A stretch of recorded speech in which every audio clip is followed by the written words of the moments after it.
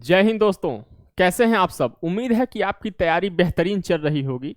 आपकी तैयारी को और बूस्टअप देने के लिए, जैसा कि आप जानते हैं, यूनिक एग्जाम्स आईएएस संस्था प्रतिबद्ध है और अपनी इस प्रतिबद्धता के निर्वहन के लिए यूनिक एग्जाम्स आईएएस संस्था बीपीएससी के प्रीवियस ईयर के प्रश्नों को विषयवार श्रृंखला के रूप में लेकर आ रही थी।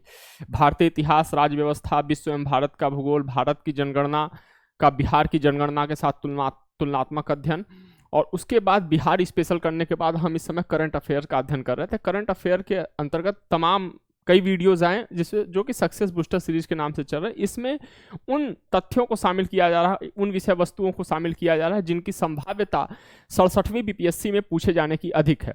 इसी क्रम में आज हम सक्सेस बूस्टर के अंतर्गत वैश्विक रिपोर्ट्स की बात करेंगे, प्रमुख ऐसे व्यक्ति जिनका वर्ष 2022 में निधन हुआ उनकी बात करेंगे, प्रमुख ज्ञापन समझौतों की बात करेंगे, और सबसे बड़ा कवरेज या सबसे प्रमुख विषय ये कि अंतिम में हम ये इस पर चर्चा करेंगे कि कोविड-19 से संबंधित महत्वपूर्ण तथ्यों पर चर्चा करेंगे जो कि प्रत्येक परीक्षा में हर बार एक न एक प्रश्न पूछा ही जाता है। ठीक है, तो उस दृष्टिकोण से आप ये वीडियो पूरा अंत तक देखिएगा, मतलब प्रत्येक वीडियो आप अंत तक देखिएगा, लेकिन यह वीडियो आप जरूर देखिएगा पूरा अंत तक। कोविड-19 पर महा कवरेज है इसमें। ठीक है, तो चलिए शुरुआत करते हैं। और शुरुआत करने से पहले हम आपको बता दें कि हमारी यूनिक एग्जाम्स आईएएस संस्था जो रनिंग प्रोग्राम अपना लेकर आई है या रनिंग प्रोग्राम चल रहा है 2022 यूपीएससी की बात करें तो मेंस के संदर्भ में 2022 के टेस्ट सीरीज चल रहे थे। आगामी एक दिन में मेंस की परीक्षा शुरू होने वाली है यूपीएससी 2022 की। 2023 में टेस्ट सीरीज में एडमिशन जारी है, चल रहे हैं। प्रीलिम्स 2023 यूपीएससी प्रीलिम्स 2023 में एडमिशन जारी है, टेस्ट सीरीज चल रही है। यदि हम बात करें यूपी पीसीएस की मेंस की बात करें तो 2022 के टेस्ट सीरीज चल रहे थे। आगामी एक डेढ़ सप्ताह में एग्जाम होने हैं, शायद 27 सितंबर से है, और 2023 के मेंस के टेस्ट सीरीज जारी है, एडमिशन जारी है। ठीक है, इसी तरीके से प्रीलिम्स 2023 में भी एडमिशन जारी है, पीसीएस के भी दृष्टिकोण से और यूपीएससी के भी दृष्टिकोण से। यूपीएससी और पीसीएस के लिए सी सेट का जो नया बैच है हम लोगों का, वह विजयदशमी से शुरुआत हो रहा है। तो विजयदशमी पर अपनी सी सेट पर विजय प्राप्त करने के लिए आप हमारे कोर्स में एडमिशन लें। ये नंबर दिए गए हैं, आप इन पर कॉल करके इंक्वायरी कर सकते हैं।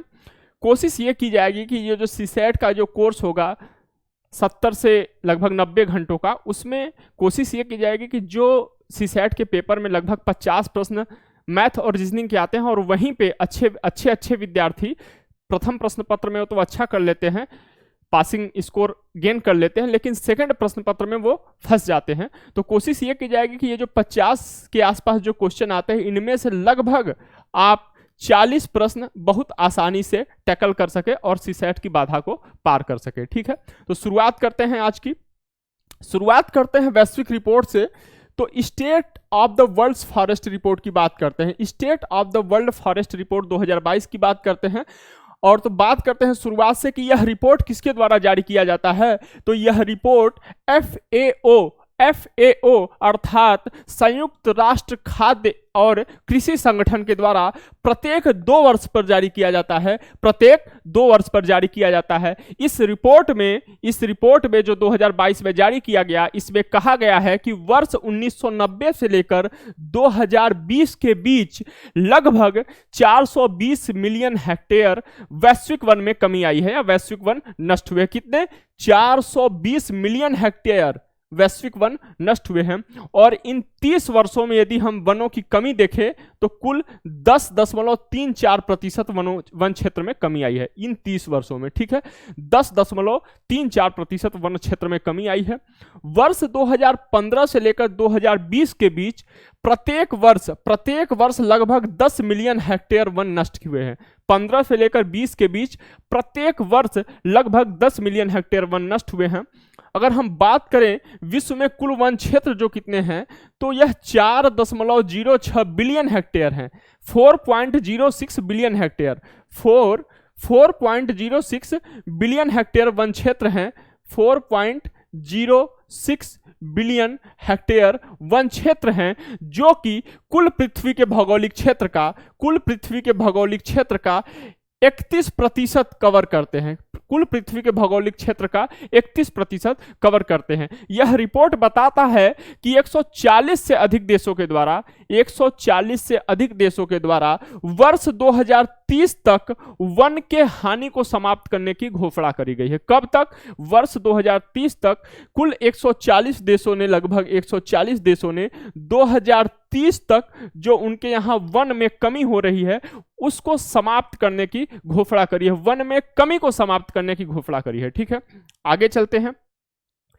World air quality report 2021, world air quality report 2021, यह 21 इसलिए क्योंकि यह मार्च 2022 में जारी हुआ, इसलिए यह 2022 की परीक्षा में पूछा जाता है। एक स्विस संगठन है, पूछा जा सकता है, एक स्विस संगठन है IQ एयर, एक स्विस संगठन है IQ एयर। इस संगठन के द्वारा वर्ल्ड एयर क्वालिटी रिपोर्ट जारी करी जाती है। इसने बताया है इस रिपोर्ट में कि दुनिया के जो 15 सबसे ज्यादा प्रदूषित शहर हैं, दुनिया के 15 सबसे ज्यादा प्रदूषित शहरों में 10 शहर केवल भारत के हिस्से आते हैं। और यदि बात किया जाए कि सबसे कम प्रदूषित देश की, तो न्यू कैलिडोनिया है, न्यू कैलेडोनिया है। वहां पे पीएम पार्टिकुलेट मैटर 2.5 का जो लेवल है वह 3.8 है। पीएम 2.5 का जो लेवल है वो कितना है? 3.8 है। ठीक है, आगे चलते हैं। हम इसी के संदर्भ में बात करते हैं। यदि हम सबसे प्रदूषित शहरों की बात करें, सबसे प्रदूषित देशों की बात करें, अभी हम शहरों की भी बात करेंगे, तो सबसे प्रदूषित शहरों की बात करें, देशों की बात करें, तो भारत का जो है वह 5वां स्थान है, भारत का 5वां स्थान है।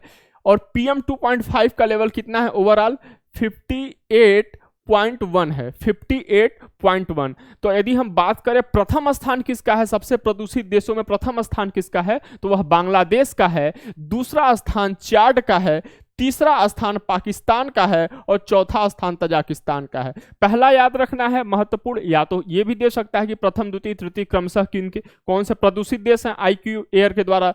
तो पहला बांग्लादेश है, दूसरा चाड है, तीसरा पाकिस्तान है, भारत का स्थान 5वां है। बांग्लादेश में जो PM 2.5 का लेवल है वह 76.9 है, और भारत में जिसका कि 5वां स्थान है PM 2.5 का लेवल कितना है? 58.1, मतलब 58.1 है। अब हम आगे चलते हैं और बात करते हैं सबसे प्रदूषित राजधानी की। जो विश्व में जो देश हैं, किस देश की राजधानी सबसे ज्यादा प्रदूषित है? ठीक है, सबसे भारत का स्थान पूरे विश्व में 5वां है प्रदूषित देशों की संख्या में। ठीक है, प्रदूषित देशों के क्रम में। लेकिन भारत की राजधानी नई दिल्ली विश्व की सबसे प्रदूषित राजधानी है। यहां PM 2.5 का लेवल 85 है। PM 2.5 का लेवल कितना है? 85 है। द्वितीय स्थान बांग्लादेश के ढाका की है, बांग्लादेश के ढाका का है। और तृतीय स्थान यदि हम देखें तो चाड के राजधानी अनजामेना का है, चाड के राजधानी अनजामेना का है। बांग्लादेश प्रदूषित देशों की सूची में पहला स्थान रखता है, लेकिन उसकी राजधानी है प्रदूषित राजधानियों की सूची में दूसरा स्थान रखती है। ठीक है, भारत 5वां स्थान रखता है प्रदूषित देशों की सूची में, और भारत की राजधानी नई दिल्ली प्रदूषित शहरों की सूची में पहला स्थान रखती है। अब हम बात करें सबसे प्रदूषित शहरों की, तो सबसे प्रदूषित शहर में भारत के 2 शहर शामिल है। पहला दूसरे शहर भारत के, जैसे हमने क्या देखा, 15 शहरों में से 10 भारत के ही शामिल है।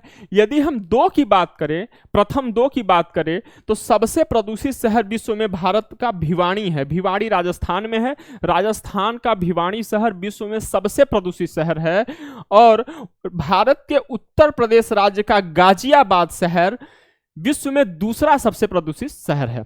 ठीक है, अब हम आगे चलते हैं और बात करते हैं वर्ष 2022 में जो 5 राज्यों में विधानसभा चुनाव हुए उनके नतीजों की बात कर लेते हैं। और चूंकि कई बार परीक्षाओं में जिन राज्यों में विधानसभा चुनाव संपन्न हुए हैं या जिनमें होने हैं, या उस राज्य का जहां पे की परीक्षा हो रही है, ठीक है, उनके विधानसभा सीटों के बारे में भी पूछ लेता है। ठीक है, तो इस क्रम में हम देखते हुए चलेंगे, और सबसे बड़ी पार्टी कौन सी है ये भी देखते हुए चलेंगे।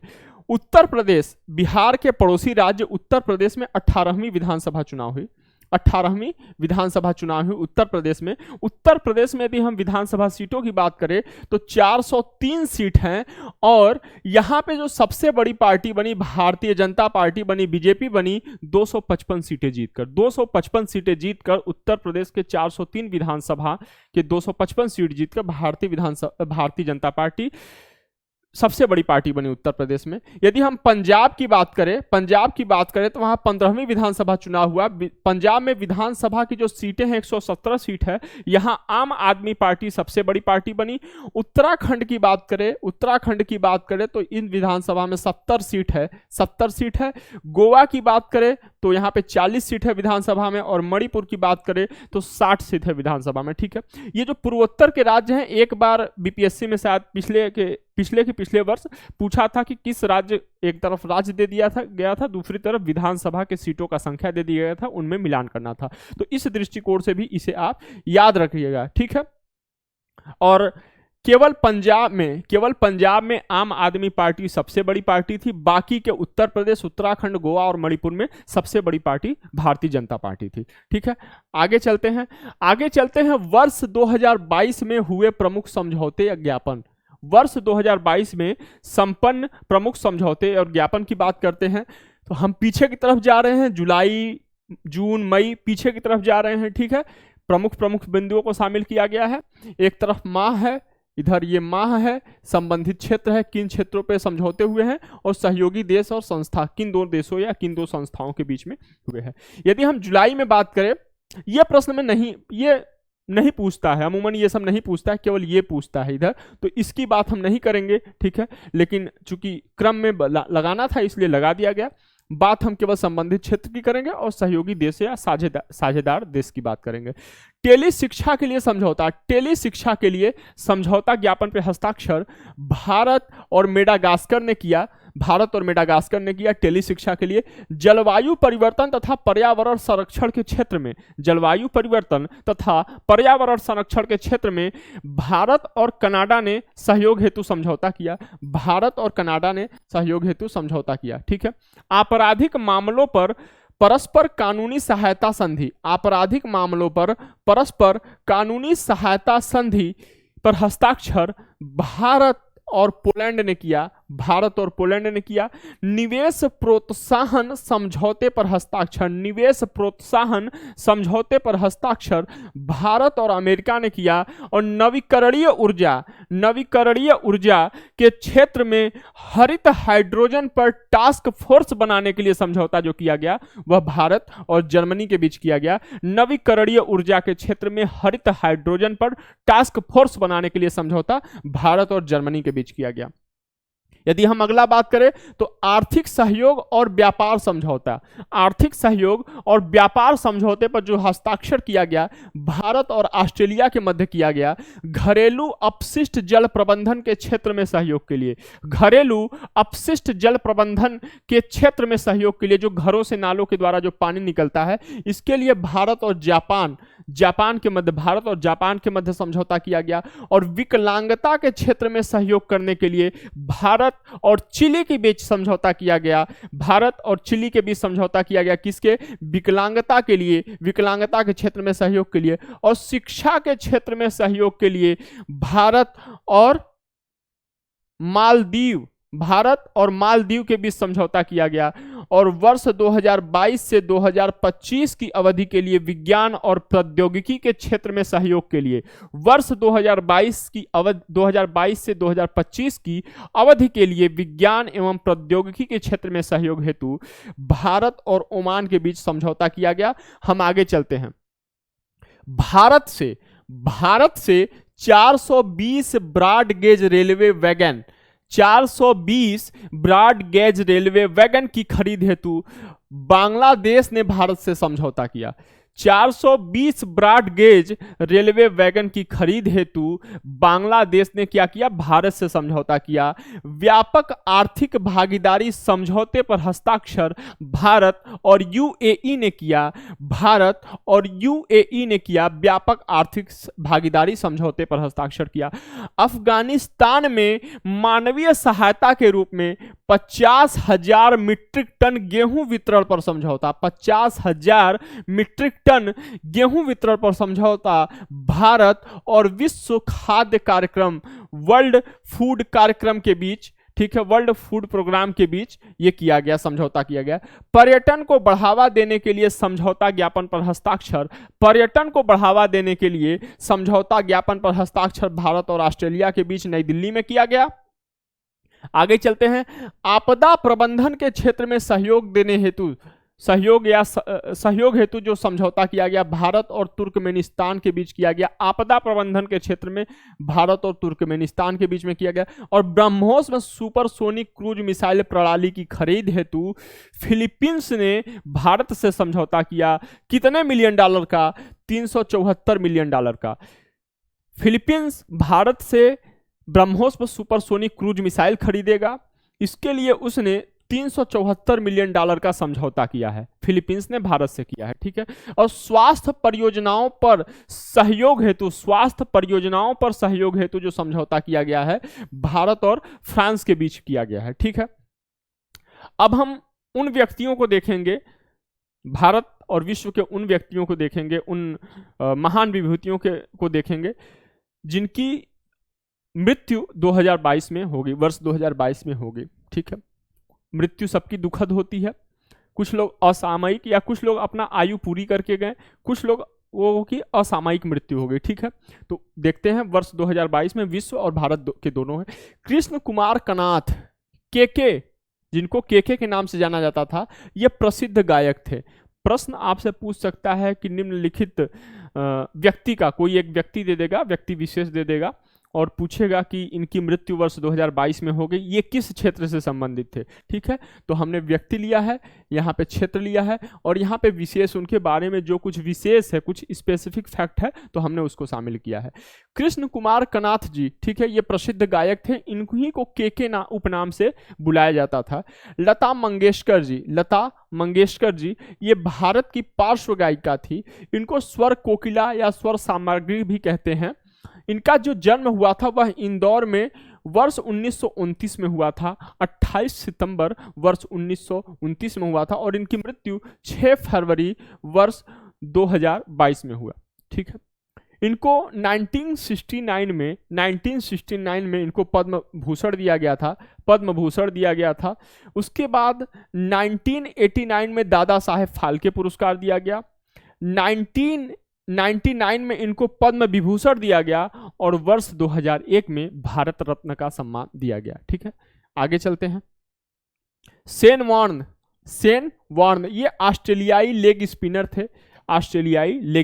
थे, ठीक है। ये टेस्ट क्रिकेट में दूसरे सबसे अधिक विकेट लेने वाले ये खिलाड़ी हैं और इन्होंने कुल 708 विकेट लिया था, 708 विकेट लिया था, ठीक है।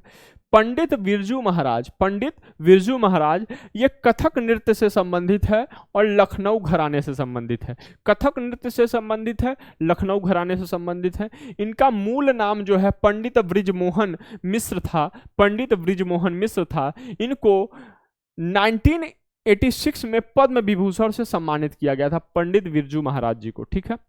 आगे देखते हैं पुनीत राजकुमार ये कन्नड़ फिल्म अभिनेता थे। पुनीत राजकुमार जी कन्नड़ फिल्म अभिनेता थे। इनको मरणोपरांत मृत्यु के बाद बसावश्री पुरस्कार वर्ष 2021 से सम्मानित किया गया और कर्नाटक रत्न सम्मान से भी इनको सम्मानित किया गया, पुनीत राजकुमार जी को।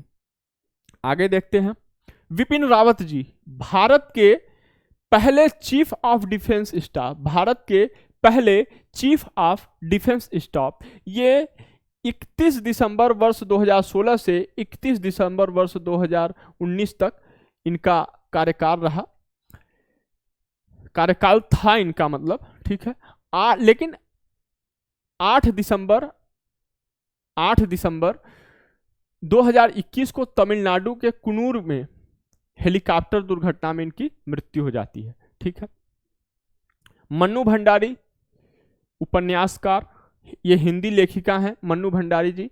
इनकी जो कहानियां हैं ये यूपीएससी के पाठ्यक्रम में हिंदी के सिलेबस में है, हिंदी लिटरेचर के। वर्ष 2008 में इनको व्यास सम्मान से सम्मानित किया गया था और इनके जो कुछ मन्नू भंडारी जी के जो कुछ प्रमुख उपन्यास हैं, महाभोज है, आपका बंटी है, यही सच है, ये मन्नू भंडारी जी का ये प्रमुख उपन्यास है।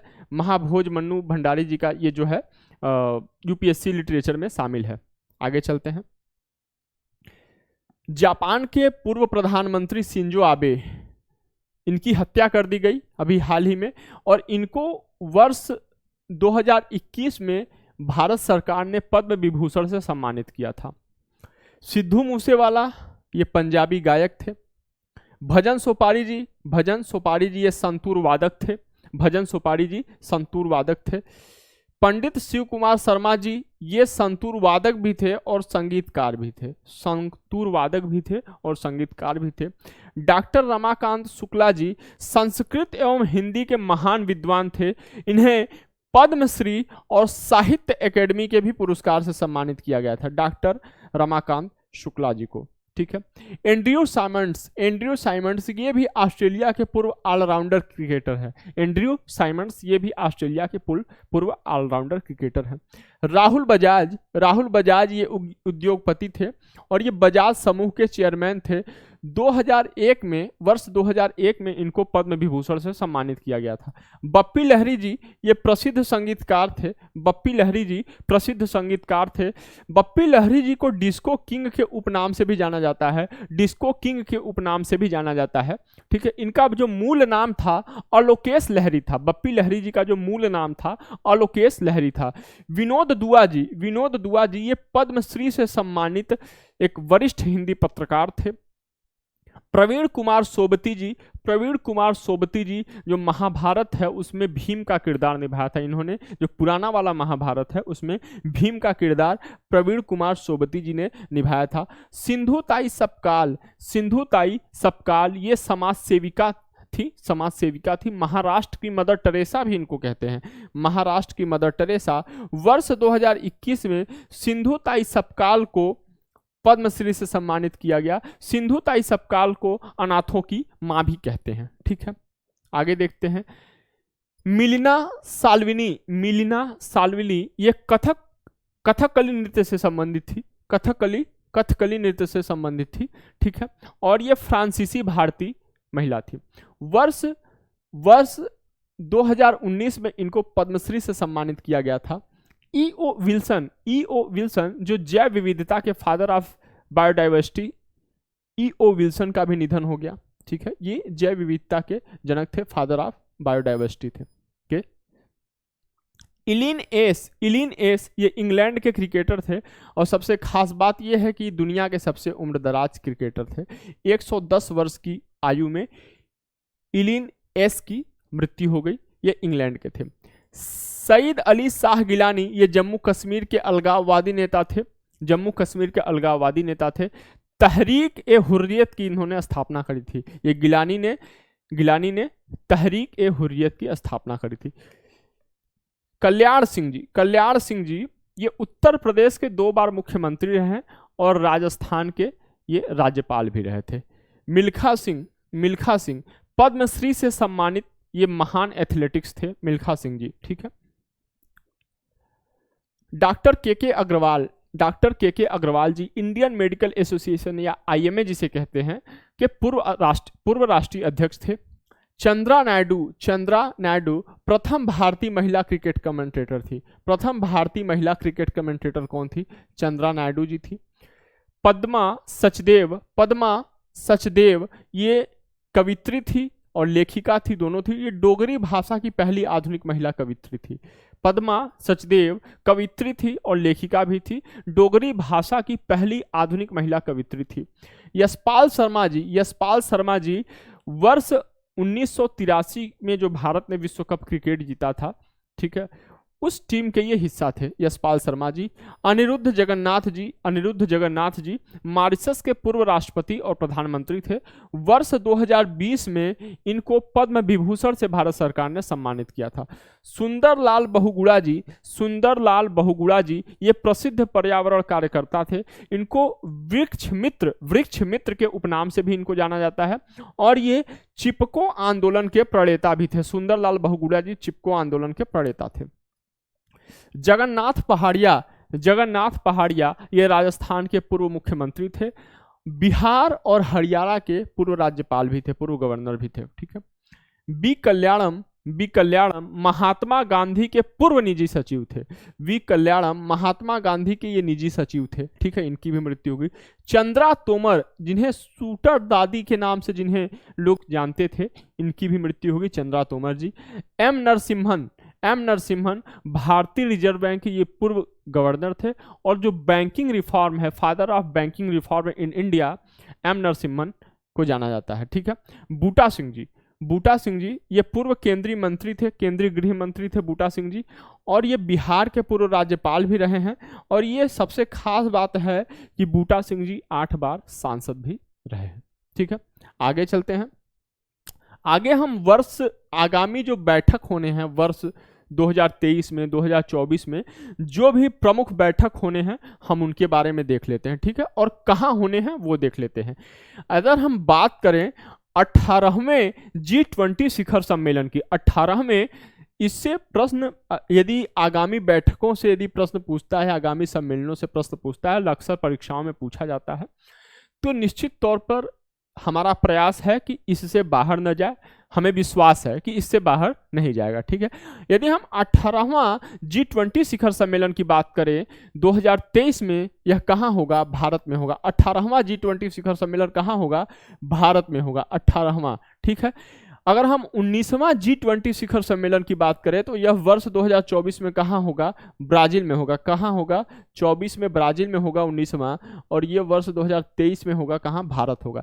यदि हम COP28 की बात करें, COP28 संयुक्त राष्ट्र परिवर्तन सम्मेलन, संयुक्त राष्ट्र जलवायु परिवर्तन सम्मेलन की बात करें तो वर्ष 2023 में यह संयुक्त अरब अमीरात में होना है। कहाँ होना है? संयुक्त अरब अमीरात में COP28 होना है। कहाँ, कब होना है? 2023 में होना है। यदि हम 40वें और 41वें आसियान शिखर सम्मेलन की बात करें, 40वें और 41वें आसियान शिखर सम्मेलन की बात करें तो यह कंबोडिया में होगा, और यदि हम 42वें और 43वें आसियान शिखर सम्मेलन की बात करें तो यह कहाँ होगा? यह इंडोनेशिया में होगा। यदि हम नाटो शिखर सम्मेलन के 33वें संस्करण की बात करें, नाटो शिखर सम्मेलन के 33वें संस्करण की बात करें तो यह वर्ष 2023 में लिथुआनिया में होगा। और यदि हम नाम शिखर सम्मेलन के 19वें संस्करण की बात करें तो यह भी वर्ष 2023 में कहाँ होगा? युगांडा में होगा। और यदि हम G7 शिखर सम्मेलन के 48वें संस्करण की बात करें, 49वें संस्करण की बात करें, G7 शिखर सम्मेलन के 49वें संस्करण की बात करें तो यह वर्ष 2023 में जापान में होगा। और G7 शिखर सम्मेलन का 50वां संस्करण वर्ष 2024 में कहाँ होगा? इटली में होगा। वर्ष 2023 में G7 का 49वां शिखर सम्मेलन जापान में होगा, और जो 50वां शिखर सम्मेलन होगा G7 का शिखर सम्मेलन वर्ष 2024 में इटली में होगा। अब हम बात करेंगे, जो हमने आपको पहले बताया था कि एक विस्तार से अध्ययन करेंगे, ये कोविड, यहां हमने लिखा है कोविड-19 और भारत। अब तक भारत के संदर्भ में जो भी प्रमुख घटनाक्रम हुए हैं कोविड-19 से रिलेटेड, हम उसका भी अध्ययन करेंगे इसमें, और हम हल्का देखते हुए एक ओवरव्यू लेते हुए चले जाएंगे कि पहली बार कोरोना वायरस का पता कब लगा था, कहां लगा था, किसने लगाया था, नामकरण किसने किया था, कोविड-19 का एक्चुअल में नाम क्या है, नोवल कोरोना वायरस क्यों कहते हैं, कोरोना वायरस को किस नाम से कहते हैं, वैज्ञानिक तौर पे कौन सा नाम दिया जाता है, भारत में पहली बार जो है लॉकडाउन किसने लगाया था, किस स्टेट ने लगाया था, सारी कुछ बात करेंगे, ठीक है। कौन कौन से वैक्सीन है, कौन से वैक्सीन बच्चों के लिए है, किस सिस्टम से या किस पद्धति से बने हैं, चूंकि अभी यूपीपीसीएस में प्रश्न भी पूछा था, 2-3 वैक्सीन दे दिए थे, और उसके बाद ये लिखे किस पे बेस्ड हैं या किस प्रक्रिया से बने हैं, ठीक है। तो तमाम चीजें हम देखेंगे इसमें, ठीक है। तो शुरुआत करते हैं कोविड-19 और भारत, ठीक है, इस श्रृंखला की। यदि हम बात करें कोविड-19 का, कोरोना वायरस का पता सबसे पहली बार किसने लगाया था, तो 1964 में डॉक्टर जून एल्मेडा ने लगाया था। डॉक्टर जून एल्मेडा ने 1964 में सबसे पहली बार कोरोना वायरस का पता लगाया था लंदन के एक लैब में। अब जब बात करें, पता तो लग गया, अब कोरोना का नामकरण किसने किसने किया था, तो कोरोना का जो नामकरण किया था डॉक्टर टायरेल, डॉक्टर जून एल्मेडा और डॉक्टर टोनी वाटरसन, ये तीनों लोगों ने इसको कोरोना का नाम, कोरोना का नाम क्यों दिया कि ये जो इस पे स्पाइक जैसे कुछ वो निकले हुए थे, ठीक है। तो चूंकि क्राउन का मतलब होता है मुकुट, और इस पर क्राउन जैसे स्पाइक निकले हुए थे, इसलिए इसको कोरोना का नाम दिया गया, ठीक है। किसके द्वारा? डॉक्टर टायरेल, डॉक्टर अल्मेडा और डॉक्टर टोनी वाटरसन के द्वारा, ठीक है। अब हम बात करते हैं novel Covid. Novel corona virus क्यों कहते हैं? नोवेल का मतलब होता है नया, ऐसा संस्करण, कोरोना वायरस का ऐसा संस्करण पहले नहीं देखा गया था, इसलिए नोवेल कोविड वायरस भी इसको कहते हैं। नोवेल का मतलब यही होता है, ठीक है। अच्छा, कोविड-19 में कोविड का मतलब क्या है? कोविड-19 में जो कोविड का मतलब है वह है corona virus infection disease. Covid का मतलब क्या है? कोरोना वायरस, कोविड, ठीक है, COVID। कोविड का मतलब क्या है? Corona virus infection disease, corona virus infection disease, ठीक है। अब 19 का मतलब क्या है? सबसे पहली बार यह जो संस्करण है वायरस का वर्ष 2019 में पता चला था, वुहान में, चीन के वुहान में पता चला था, ठीक है। तो इसलिए कोविड-19 है। अब अगर हम ऑफिशियली या वैज्ञानिक तौर पर कोरोना वायरस का नामकरण देखें क्या है, तो कोरोना वायरस को सार्स कोविड-2 का नाम दिया जाता है। वैज्ञानिक तौर पे सार्स CoV-2 का नाम दिया जाता है कोरोना वायरस को, ठीक है। आगे देखते हैं। यदि इसके आरंभ की बात करें, कोविड-19 के हम आरंभ की बात करें, तो यह दिसंबर 2019 में सबसे पहली बार चीन के वुहान शहर में इसका प्रकोप देखा गया। इसका आरंभ कहां से हुआ? इसको शुरुआत में वुहान वायरस भी कहते थे, ठीक है। तो दिसंबर 2019 में वुहान से शुरू हुआ था, आरंभ इसका चीन के वुहान में हुआ था।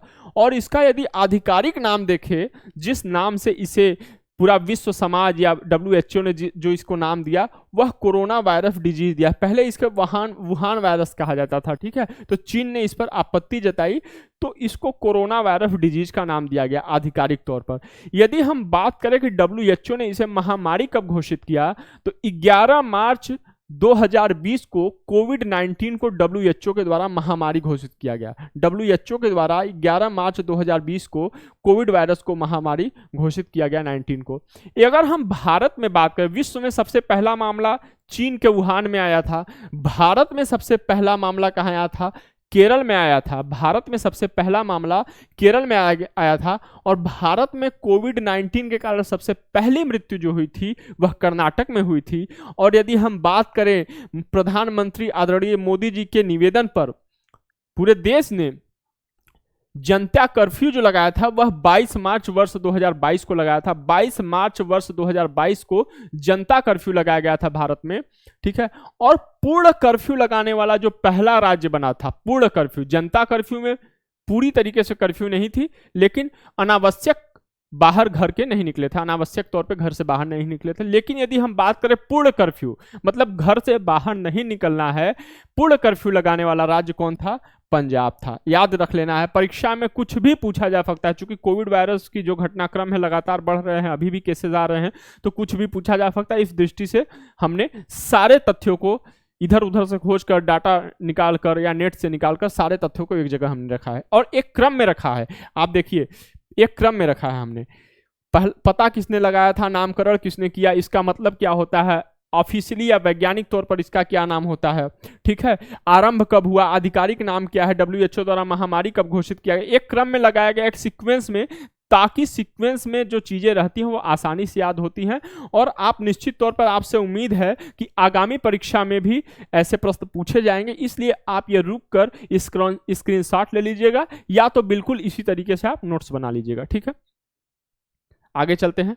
अगर हम बात करें, हमने देख लिया पूर्ण कर्फ्यू लगाने वाला स्टेट। अगर हम बात करें पूर्ण कर्फ्यू के बाद महामारी, कोविड को महामारी घोषित करने वाला देश, पहला राज्य कौन था? कोविड को महामारी घोषित करने वाला पहला राज्य कौन था? तो पहला राज्य हरियाणा था। और यदि हम ये पूछे कि सबसे पहले लॉकडाउन करने वाला पहला राज्य कौन था? तो राजस्थान था। जनता कर्फ्यू कब लगा था? 22 मार्च को लगा था प्रधानमंत्री जी के निवेदन पे। पूर्ण कर्फ्यू पंजाब ने सबसे पहली बार लगाया, महामारी सबसे पहले हरियाणा ने घोषित किया और लॉकडाउन सबसे पहले राजस्थान ने लगाया। और यदि हम बात करें कि संपूर्ण देश में पहला लॉकडाउन कितने दिनों का हुआ था, तो 21 दिनों का हुआ था। और कब से कब, किस तिथि से किस तिथि तक हुआ था? तो 25 मार्च से लेकर 14 अप्रैल 2020 तक हुआ था। 25 मार्च 2020 से लेकर 14 अप्रैल 2020 तक पहला लॉकडाउन लगाया गया था। और वैक्सीन विकसित करने का, कोविड-19 का वैक्सीन टीका विकसित करने का सबसे पहला दावा जो किया था वह रसिया ने किया था। और संयुग्म वैक्सीन विकसित करने का पहला देश कौन है? दावा किसने किया था? रसिया ने किया था। लेकिन संयुग्म वैक्सीन विकसित करने वाला पहला देश कौन सा है? क्यूबा है। क्यूबा की एक्सपर्टीज है वैक्सीन के निर्माण में, क्यूबा की एक्सपर्टीज है। क्यूबा की जो स्वास्थ्य सेवाएं हैं बहुत ही बेहतरीन है। इस कोविड की महामारी के दौर में क्यूबा ने जो विभिन्न देशों को अपनी स्वास्थ्य सेवाएं, अपने स्वास्थ्य सेवियों को जो भेजा था, उन देशों में वो आए थे और वहाँ पे जो उन्होंने सेवा किया, ये बहुत ही इस मानवीय रूप से बहुत ही वह सम्मानजनक है या बहुत ही वंदनीय है क्यूबा का ये कार्य। ठीक है, तो संयुग्म वैक्सीन विकसित करने वाला पहला देश कौन बना? क्यूबा बना। जानवरों हेतु वैक्सीन विकसित करने वाला पहला देश कौन सा था? तो जानवरों हेतु वैक्सीन विकसित करने वाला पहला देश रूस था। पहला देश रूस था। और यदि हम भारत की बात करें तो भारत में जानवरों के लिए जो वैक्सीन विकसित किया गया कोविड-19 का, उसका नाम क्या है? तो उसका नाम है एनकोवैक्स। उसका नाम क्या है?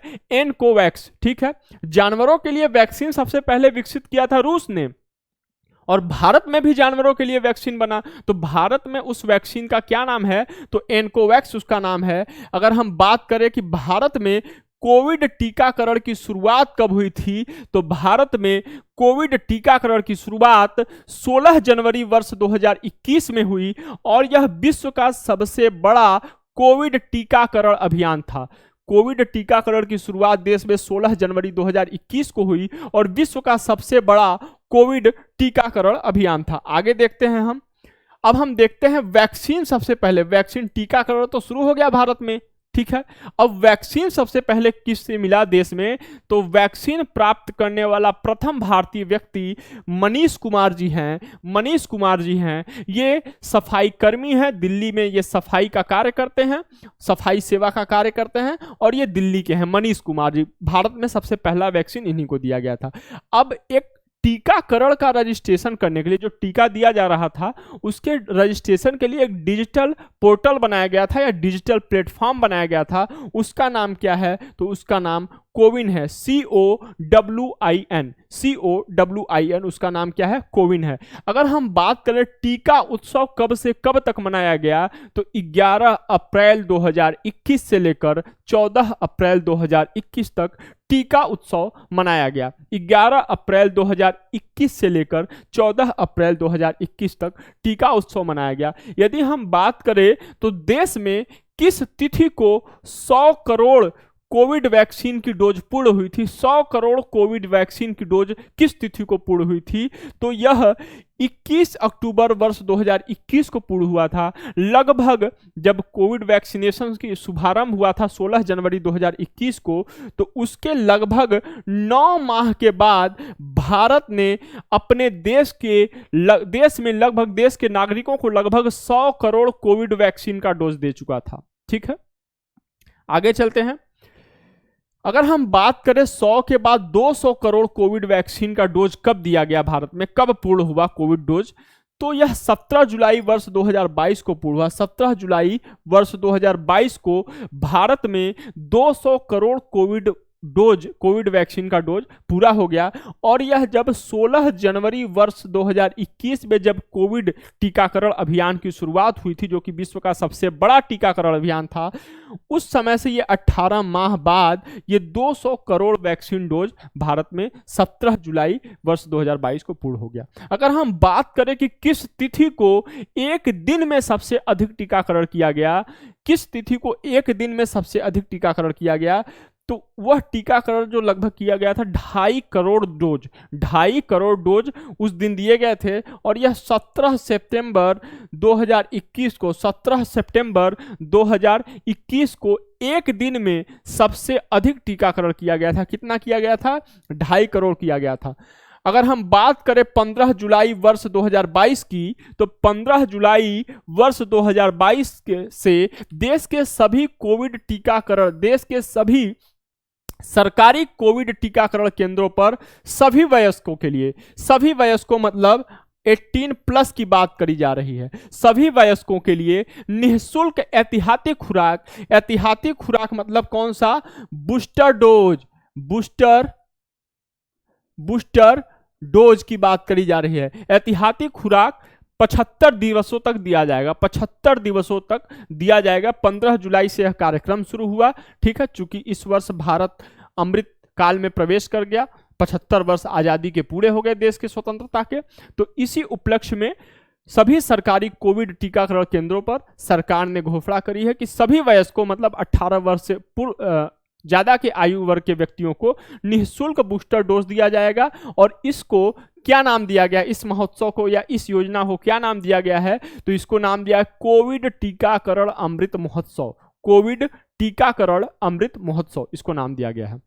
अगर हम बात करें, देखिए यहां पे हमने लिख रखा है कि दोनों डोज या पूर्ण टीकाकरण, ये एक चीज हुआ, अलग बात। दोनों पूर्ण टीकाकरण मतलब उनको 2 डोज दिए जा चुके हैं, ठीक है।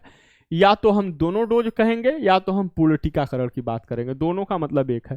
100% टीकाकरण मतलब उसको एक डोज वहां पे दिया जा चुका। अच्छा, ये 100% टीकाकरण एक स्टेट, किसी स्टेट के बारे में है, ठीक है। दोनों डोज यदि हम बात करेंगे तो व्यक्ति के बारे में है, और 100% टीकाकरण में यह भी शामिल है कि कुछ व्यक्तियों को दूसरा डोज भी दिया जा चुका है, लेकिन वहां के संपूर्ण आबादी को कम से कम एक टीका जरूर दिया जा चुका है। इसका मतलब 100% टीकाकरण का मतलब यह हुआ। दोनों डोज या पूर्ण टीकाकरण का मतलब हुआ कि उन्हें दोनों डोज दिए जा चुके हैं।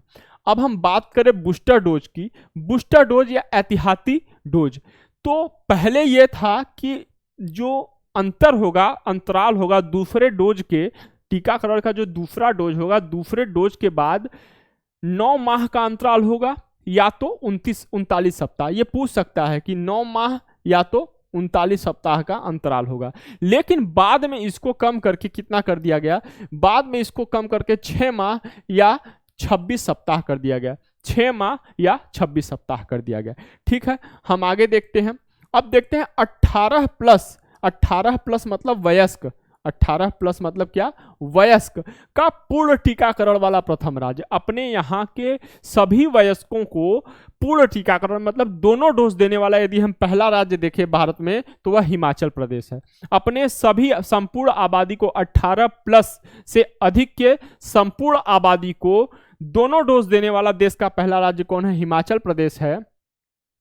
यदि हम बात करें कि अपने सभी वयस्कों को दोनों डोज देने वाला प्रथम केंद्र शासित प्रदेश कौन सा है? तो अंडमान निकोबार है। यदि हम बात करें कि 100% टीकाकरण, 100% टीकाकरण मतलब कि वहां की जो आबादी है प्रत्येक व्यक्ति को कम से कम एक टीका अवश्य लग गया है, तो 100% टीकाकरण वाला प्रथम केंद्र शासित प्रदेश जो है वह लद्दाख है। देखते रहिएगा, सीक्वेंस में हम आ रहे हैं जिससे कि आपको याद करने में आसानी हो।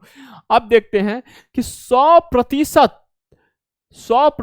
18+ आबादी का पूर्ण टीकाकरण। अब यहां पे 100% का जो ये मतलब है कि 18+ आबादी को पूर्ण टीकाकरण वाला, सभी 18+ के जितने भी लोग हैं वहां पे संपूर्ण लोगों का टीकाकरण किया जा चुका है। वह जिला कौन सा है? पहला जिला तो किन्नौर जिला है, हिमाचल प्रदेश का किन्नौर जिला है, जहां के उस जिले के सभी वयस्कों को दोनों डोज दिया जा चुका है और ऐसा करने वाला यह देश का पहला जिला बना किन्नौर। ठीक है, अब 18 प्लस आबादी 100% 18 प्लस आबादी मतलब 100 सभी वयस्कों को 100% वयस्कों को पूर्ण टीकाकरण कराने वाला प्रथम शहर कौन सा है? यदि हम शहर की बात करें तो भुवनेश्वर है। जिला कौन सा है? किन्नौर है। शहर कौन सा है? भुवनेश्वर है। इसे आप इस तरीके से भी लिख सकते हैं कि एक सेकंड मैं आपको नोट्स कैसे बनाएं। आप लिखिए 18 प्लस को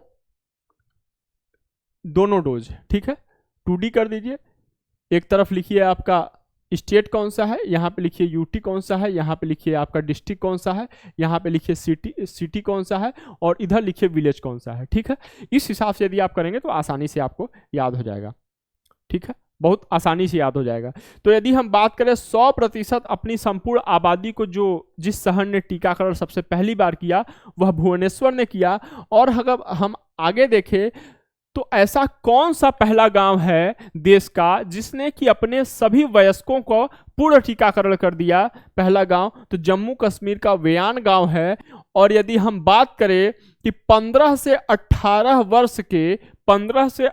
वर्ष के सभी बच्चों का टीकाकरण करने वाला पहला केंद्र शासित प्रदेश कौन सा है? तो वह लक्षद्वीप है।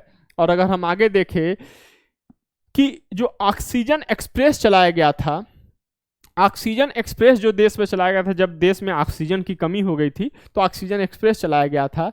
तो जो दो ऑक्सीजन एक्सप्रेस चलाए गए, पहला ऑक्सीजन एक्सप्रेस विशाखापत्तनम से नागपुर तक चली थी और दूसरा ऑक्सीजन एक्सप्रेस बोकारो से लखनऊ चली थी।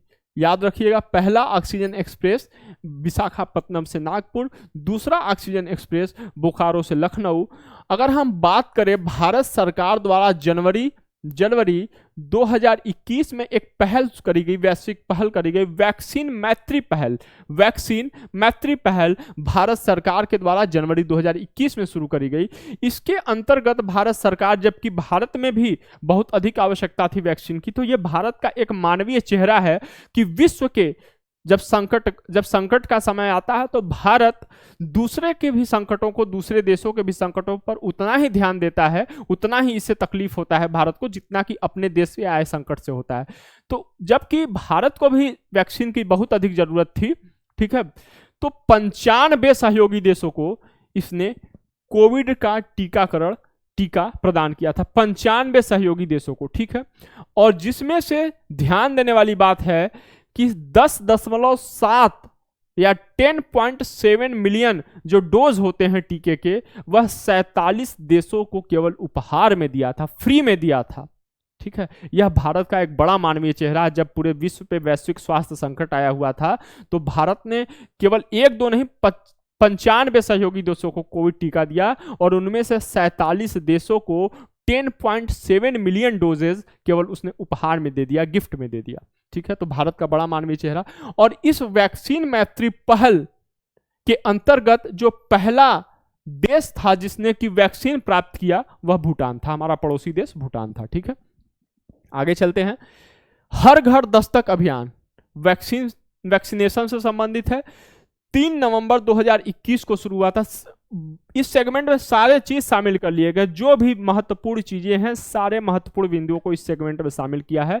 यदि वैक्सीन से रिलेटेड, कोविड से रिलेटेड कोई भी प्रश्न आए कभी भी, मतलब अब तक के परीक्षा में आगामी 1-2 साल यदि कोई बहुत बड़े चेंजेस नहीं होते हैं तो इससे बाहर नहीं जाएंगे, ऐसा उम्मीद है, ऐसा विश्वास है। ठीक है, इससे बाहर नहीं, जो चेंजेस होते जाएंगे उनको हम ऐड करते हुए जाएंगे, लेकिन इसके जो पीछे के घटनाक्रम है इससे बाहर नहीं जाएंगे। हर घर दस्तक अभियान जो 3 नवंबर 2021 को शुरू किया गया था और इसका मतलब ये था, इसके अंतर्गत ये था कि चूंकि हमारे यहाँ 16 जनवरी से ही हमारे यहाँ टीकाकरण अभियान शुरू था, लेकिन जिन व्यक्तियों को, चाहे वो कहीं के भी हो, देश के किसी भी हिस्से को हो, जिन व्यक्तियों को अक्टूबर तक पहला खुराक भी नहीं लगा था टीके का, उन व्यक्तियों को हर घर दस्तक अभियान में, जो कि 3 नवंबर 2021 से शुरू किया गया था, उन व्यक्तियों को पहला खुराक देना था। मतलब जिसे अभी टीके का पहला खुराक ही नहीं लगा है, उन्हें घर जाकर टीका लगाना था। हर घर दस्तक अभियान। अब उसके बाद हर घर दस्तक अभियान 2.0 भी आया। हर घर दस्तक अभियान 2.0 भी आया। यह 1 जून 2022 से लेकर 31 जुलाई 2022 तक चला। 1 जून हर घर दस्तक अभियान, 3 नवंबर 2021 को जिन्हें पहला खुराक नहीं लगा है उन्हें घर पर जाकर टीके लगाना। हर घर दस्तक 2.0 अभियान या हर घर दस्तक अभियान 2.0 1 जून 2022 से लेकर 31 जुलाई 2022 तक चला। यह राज्यों और केंद्र शासित प्रदेशों में, जो भी देश में राज्य और केंद्र शासित प्रदेश हैं, देश के सभी हिस्सों में कोविड टीकाकरण को गति प्रदान करने के लिए, उनकी गतिशीलता बढ़ाने के लिए यह 2.0 की शुरुआत करी गई थी। ठीक है, अब हम आगे देख लेते हैं बिहार से, चूंकि बीपीएससी के संदर्भ में हम देख लेते हैं। तो कोविड के दौरान जो बिहार सरकार ने एक ऐप लॉन्च किया था, संजीवन ऐप। ठीक है, कोविड के दौरान बिहार सरकार ने एक ऐप लॉन्च किया, संजीवन ऐप। और दिल्ली ने जहां वोट वहां वैक्सीन अभियान चलाया था, जहां वोट वहां वैक्सीन अभियान चलाया था। और केरल ने गर्भवती महिलाओं को ध्यान में रखकर मातृ कवचम अभियान शुरू किया था। किसने किया था? केरल ने, मातृ कवचम अभियान। अब हम देख लेते हैं भारत के औषधि महानियंत्रक के द्वारा जो मंजूर वैक्सीन है भारत में, जिनके द्वारा भारत में वैक्सीनेशन का कार्य हो रहा है, जिन वैक्सीन के माध्यम से, जो कि भारत के औषधि महानियंत्रक के द्वारा मंजूरी जिनको दी गई है, हम उनके बारे में अध्ययन करते हैं। ठीक है, अच्छा, इसमें हम 2-3 चीजें देखेंगे। पहले तो हम देखेंगे वैक्सीन का नाम देखेंगे। ठीक है, वैक्सीन का प्रकार क्या है, किस सिस्टम से, किस पद्धति में वैक्सीन बनी हुई है। ठीक है, परीक्षा में वैक्सीन का नाम, वैक्सीन का प्रकार पूछ देता है। कई बार निर्माताओं, किस कंपनी ने बनाया है या किस देश से, मूल रूप से वह किस देश की प्रोडक्ट है, यह भी पूछ लेता है। और कब इसे मंजूरी दी गई भारत में, आपातकालीन प्रयोग हेतु। ठीक है, चलिए शुरुआत करते हैं। अभी हाल में 1-2 दिन पहले की बात है, 7 या 6-7 सितंबर की बात है। इनकोवैक। ठीक है, इनकोवैक के बारे में जो 2 खास बातें हैं कि यह भारत का पहला इंस्ट्रानेजल वैक्सीन है। इंस्ट्रानेजल वैक्सीन मतलब यह नाक में दी जाएगी बूंदों के द्वारा। जैसे ड्रॉप होते हैं, आई ड्रॉप होते हैं, ईयर ड्रॉप होते हैं, वैसे नाक में बूंदों के द्वारा यह छोड़ दी जाएगी। इनकोवैक भारत का पहला इंस्ट्रानेजल वैक्सीन है। जब पहला इंस्ट्रानेजल वैक्सीन भारत का है, लेकिन यह दूसरा इंस्ट्रानेजल पूरे विश्व का है। इंस्ट्रानेजल वैक्सीन भारत का पहला है, इनकोवैक विश्व का दूसरा है। अब विश्व का दूसरा है तो प्रश्न यह उठता है कि विश्व का पहला इंस्ट्रानेजल वैक्सीन कौन है? तो कान्विडेसिया एयर, यह चीन द्वारा बनाया गया विश्व का पहला इंस्ट्रानेजल वैक्सीन है। अब हम बात करते हैं कि इनकोवैक जो है वह किस पद्धति पे बनी हुई है या वह किस प्रकार का वैक्सीन है। तो चिंपैंजी एडेनोवायरस वेक्टर की पद्धति पे, इससे जो एडेनोवायरस लिया गया है, एडेनोवायरस का जो इनएक्टिव एडेनोवायरस का जो सोर्स है, उनके प्रोटीन से यह बनाया गया है इनकोवैक वैक्सीन। ठीक है, तो यहाँ पे वैक्सीन के प्रकार में हम उसके पद्धति की बात करेंगे, किससे बना हुआ है। ठीक है, अच्छा, किसने बनाया है? तो भारत बायोटेक ने बनाया है, तो जाहिर सी बात है इंडिया ने बनाया है, अभी हमने वहां पे भी देखा। और 7 सितंबर 2022 को औषधि महानियंत्रक ने इसके उपयोग की मंजूरी दे दी। ठीक है, इनकोवैक ध्यान रखिएगा, अभी हाल ही में है तो पूछ भी सकता है। भारत का पहला और विश्व का दूसरा है। विश्व का पहला जो इंस्ट्रानेजल है वो चीन द्वारा विकसित किया गया है। चिंपैंजी एडेनोवायरस वेक्टर के आधार पर यह बनाया गया है। अब हम बात करते हैं स्पुतनिक लाइट सिंगल डोज वाला वैक्सीन है। 1 डोज दीजिए स्पुतनिक लाइट का, 1 डोज। ठीक है, और non replicating adeno viral vector के पद्धति पर बना हुआ है। Non replicating adeno viral vector के पद्धति पर बना हुआ है, इस प्रकार का वैक्सीन है। रसिया का है, मूलतः रसिया में निर्मित किया गया और फरवरी 2022 में इसके आपातकालीन उपयोग की मंजूरी दी गई। ठीक है, आगे देखते हैं। कार्बोवैक्स, ठीक है, कार्बोवैक्स भारत का पहला, ध्यान दीजिएगा, कार्बोवैक्स भारत का पहला स्वदेशी RBD protein sub unit vaccine है। RBD protein sub unit vaccine है भारत का पहला स्वदेशी, ठीक है, कार्बोवैक्स, ठीक है। और खास बात यह है कि इसको 12 से 17 वर्ष आयु ग्रुप के बच्चों को देने के लिए शुरुआत में 12 से 17 किया गया था। अब इस समय 7 से लेकर 17 वर्ष के बच्चों को दी जाती है कार्बोवैक्स अब, ठीक है। यह बायोलॉजिकल ई लिमिटेड इंडिया के द्वारा यह बनाया गया है। दिसंबर 2021 में इसके आपातकालीन मंजूरी दी गई, इसको आपातकालीन मंजूरी दी गई। ये भारत के द्वारा बनाया गया है। अच्छा, इसमें आपसे यह भी प्रश्न पूछ सकता है कि पूछ सकता है कि निम्नलिखित में से कौन सा वैक्सीन भारत के द्वारा नहीं बनाया गया, विकसित नहीं किया गया है। तो उसमें 3-4 भारत के वैक्सीन हो जाएंगे, 3 और 1 हो जाएगा विदेश का। तो यह भी ध्यान रखिएगा कहाँ के द्वारा विकसित किया गया है, वैक्सीन किस प्रकार का है, किस कंपनी द्वारा बनाया गया है, कब उसे आपातकालीन मंजूरी दी गई, या उसके बारे में कुछ खास चीजें, जैसे कार्बोवैक्स भारत का पहला आरबीडी प्रोटीन सब यूनिट प्रकार का वैक्सीन है। यह प्रारंभ जो इसको किया गया था, इसका प्रारंभ 12 से 17 वर्ष के आयु के बच्चों के लिए किया गया था, ये ध्यान देना है, ठीक है। अब हालांकि इस समय 7 से 17 वर्ष तक के आयु के बच्चों को दिया जाता है। कोवोवैक्स, कार्बोवैक्स अलग है, कोवोवैक्स अलग है। कोवोवैक्स भी प्रोटीन सब यूनिट प्रकार का वैक्सीन है, प्रोटीन सब यूनिट प्रकार का वैक्सीन है, ठीक है। यह सीरम इंस्टीट्यूट ऑफ इंडिया के द्वारा बनाया गया, आधार पूनावाला जिसके निदेशक हैं, ठीक है, सीरम इंस्टीट्यूट के द्वारा बनाया गया। दिसंबर 2021 में इसको भी अनुमति दी गई थी। जायकोव डी, ठीक है, यह डीएनए बेस्ड वैक्सीन है, ध्यान दीजिएगा, डीएनए बेस्ड वैक्सीन है, ठीक है। और इसे जायडस कैडिला के द्वारा बनाया गया है। यह हैदराबाद या भारत की हैदराबाद में इस्टेब्लिश है, भारत में, ठीक है। जायकोव डी डीएनए बेस्ड है। अगस्त 2021 में इसके आपातकालीन उपयोग की मंजूरी मिली।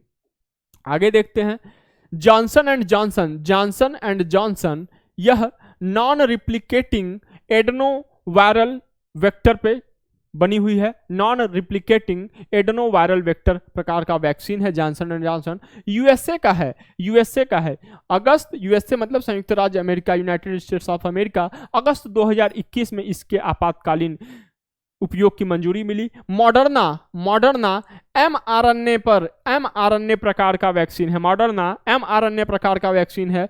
इसका भी निर्माता जो देश है यूनाइटेड स्टेट्स ऑफ अमेरिका है, और इसको जून 2021 में इसके आपातकालीन उपयोग की मंजूरी मिली थी। अगर हम आगे बात करें तो स्पुतनिक वी यह भी नॉन रिप्लिकेटिंग एडेनोवायरल वेक्टर पर बना हुआ है, नॉन रिप्लिकेटिंग एडेनोवायरल वेक्टर पर यह भी बना हुआ है, और इसका निर्माता जो है रसिया है, और इसको अप्रैल 2021 में आपातकालीन उपयोग की मंजूरी मिली थी। अब हम बात करते हैं कोवैक्सीन की, तो यह इनएक्टिव पैथोजन बेस्ड है, इनएक्टिव मतलब असक्रिय कोरोना वायरस जो SARS CoV-2 है, वो इनएक्टिव निष्क्रिय कर दिया गया है, ठीक है, उसके आधार पर इसे बनाया गया है। यह भारत बायोटेक और ICMR के नेशनल इंस्टीट्यूट ऑफ वायरोलॉजी द्वारा विकसित किया गया, भारत बायोटेक और नेशनल इंस्टीट्यूट ऑफ वायरोलॉजी के द्वारा विकसित किया गया है। 3 जनवरी 2021 को इसके उपयोग की मंजूरी मिली थी। आगे देखते हैं कोविशील्ड का नंबर आता है, कोविशील्ड, ठीक है। यह भी नॉन रिप्लिकेटिंग एडेनोवायरल वेक्टर प्रकार का वैक्सीन है, नॉन रिप्लिकेटिंग एडेनोवायरल वेक्टर प्रकार का वैक्सीन है। यह भी सीरम इंस्टीट्यूट ऑफ इंडिया के द्वारा विकसित किया गया है, और 1 जनवरी 2021 को यह इसके आपातकालीन उपयोग की मंजूरी मिली।